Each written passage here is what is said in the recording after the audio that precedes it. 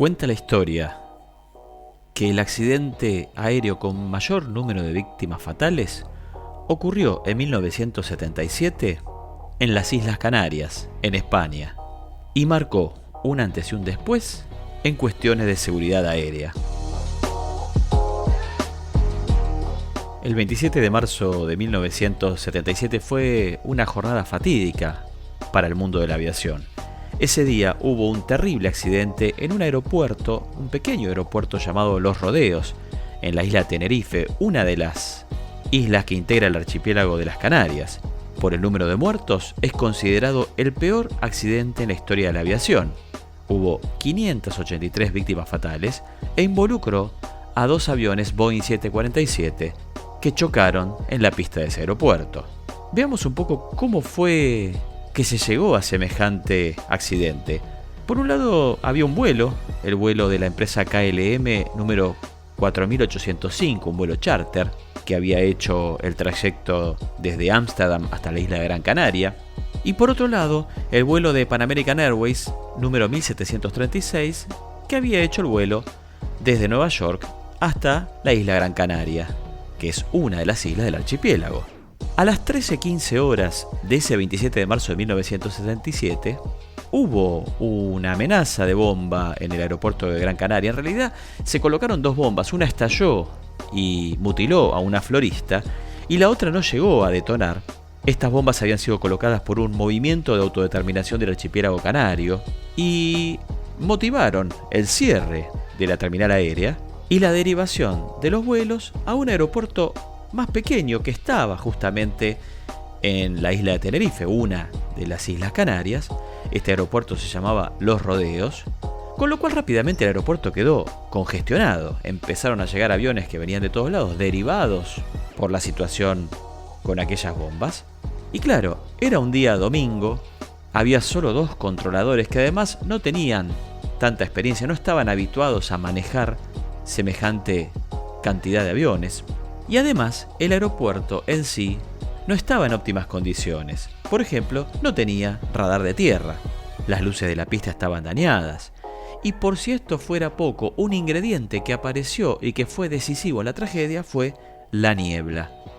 Después de permanecer en el aeropuerto durante varias horas, a las 17, el avión de la empresa KLM recibió autorización para iniciar su rodaje para ocupar la pista y despegar.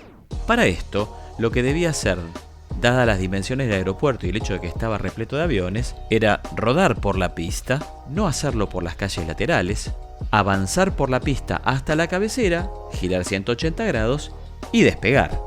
El avión de la empresa KLM, como decíamos, había estado varias horas en el aeropuerto y el comandante aparentemente estaba preocupado porque si demoraban mucho más por las reglamentaciones vigentes, iban a tener que permanecer hasta el día siguiente en ese lugar. Por lo tanto, tenía un cierto apuro. Al mismo tiempo que el avión de la KLM, la empresa holandesa, es autorizado a rodar, se le indica al avión de Pan American Airways que habría podido despegar antes. Lo que pasa es que la salida estaba obstaculizada por el avión holandés, a también rodar por la pista detrás del avión holandés, pero tomar la tercera salida hacia la izquierda para despejar la pista en el momento que el avión de KLM despegara. En definitiva, se envió a 2 aviones a rodar por la pista principal. Uno tenía la autorización de llegar hasta la cabecera, girar 180 grados y despegar, y el otro que debía salir hacia la izquierda en la tercera calle para dejar paso justamente al Boeing 747 que iba a despegar. Y aquí empezó la cadena de errores, de malentendidos, que llevó al desastre.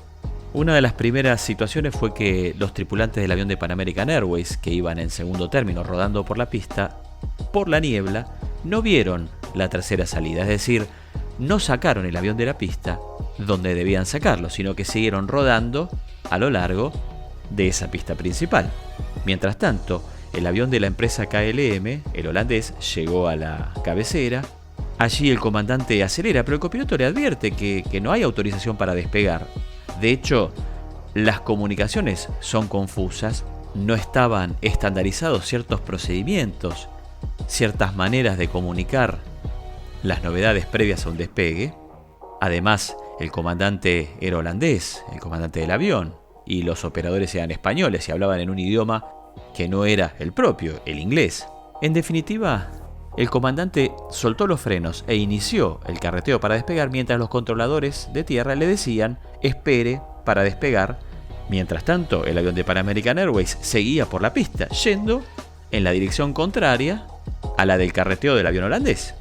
El operador de la torre le dice al comandante del Pan American, que le avise cuando despeje la pista. Justamente en ese momento que el avión holandés iniciaba su carrera para despegar, el copiloto y luego el ingeniero de vuelo preguntan al comandante, ¿está libre la pista?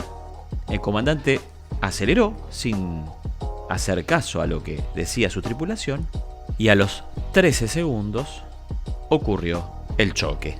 El impacto ocurrió a las 17:06. En ese momento la pista estaba cubierta de niebla, con lo cual el comandante del avión holandés que inició el carreteo no tenía forma de saber que el avión de Pan American, que había pasado de largo por la calle de rodaje, no la había liberado. La tripulación del avión de Pan American Airways vio venir al avión holandés solo 8 segundos y medio antes del choque. El copiloto es el primero que lo ve y le dice, hay que salir de la pista. El comandante hace un viraje hacia la izquierda, acelera tratando justamente de despejar la pista.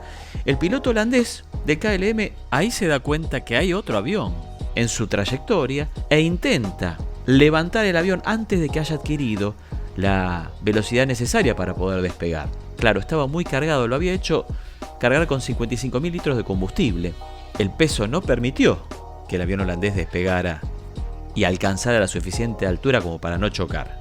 Y entonces se produce el impacto. A 250 km por hora, la parte frontal del Boeing 747 de la empresa KLM y los motores arrasan el techo de toda la parte posterior a la cabina de pilotaje y no solamente destruye el avión de Pan Am, aunque no en su totalidad, sino que además el avión holandés sigue ya despedazado unos 150 metros hasta que finalmente impacta y sus restos se esparcen por todo el aeropuerto. En ese avión holandés murieron las 248 personas que viajaban. En cuanto al avión de Pan Am, justamente como el comandante había girado a la izquierda para tratar de salir de la pista, la parte delantera del avión se salvó, la trasera fue completamente destruida. Ahí hubo entonces 335 fallecidos de 380 personas que viajaban en el avión. Entre los sobrevivientes estuvieron los pilotos. Lo increíble fue que el accidente no fue visto desde la torre de control. Escucharon una explosión y desde otro avión notificaron que había fuego. Entonces, cuando los bomberos acudieron, encontraron el primer avión, el de Pan American, y cuando empezó a despejarse la niebla y empezaron a buscar, se encontraron con que estaban los restos del otro. Y aquí es interesante conocer el testimonio de Robert Bragg, el copiloto del avión de Pan American Airways que sobrevivió al accidente. De hecho, estuvo 3 meses solamente con un yeso y después volvió a volar por 22 años. En 2004 dio una entrevista en la que recordó algunos hechos sucedidos en el accidente. Él contaba que no había quedado traumado, que él se sentía tranquilo al volar y que no había sido culpa de ellos. Efectivamente no era la responsabilidad principal de la tripulación del avión de Pan American Airways. Entre las cosas que describió del accidente, resalta esta frase: cerré los ojos, bajé la cabeza, escuché el golpe, miré hacia atrás y vi la cola de nuestro avión. No había nadie, no se oyeron gritos de pánico. Quienes murieron lo hicieron al instante. Este copiloto contó también que una vez que se produjo el accidente, simplemente desprendió su cinturón de seguridad y agarrándose de algunos restos del avión fue descendiendo de la cabina. En cuanto a los controladores, existe el testimonio de uno de ellos que en el año 2007, a los 71 años, concedió una entrevista periodística en la que contó que el accidente le había cambiado el carácter, que él había estado muy triste, pero que no sentía que había sido su culpa, y que la investigación había revelado que había habido justamente un cúmulo de circunstancias que había llevado al accidente. Por otra parte, esto es lo que sucede siempre. Los accidentes aéreos son el resultado de distintas circunstancias que se van acumulando. Como decíamos al comienzo de este podcast, en el accidente murieron 583 personas, fueron destruidos 2 aviones Jumbo, 2 Boeing 747, Y como resultado de esta catástrofe, se modificaron maneras de comunicar las novedades entre la torre y los pilotos de los aviones, se estandarizaron ciertos términos y se buscó entrenar a los pilotos, prepararlos para la eventualidad de que existieran distintas opiniones sobre alguna situación que comprometiera la seguridad del avión. Y aquí llegamos al final de esta edición de Cuenta la Historia.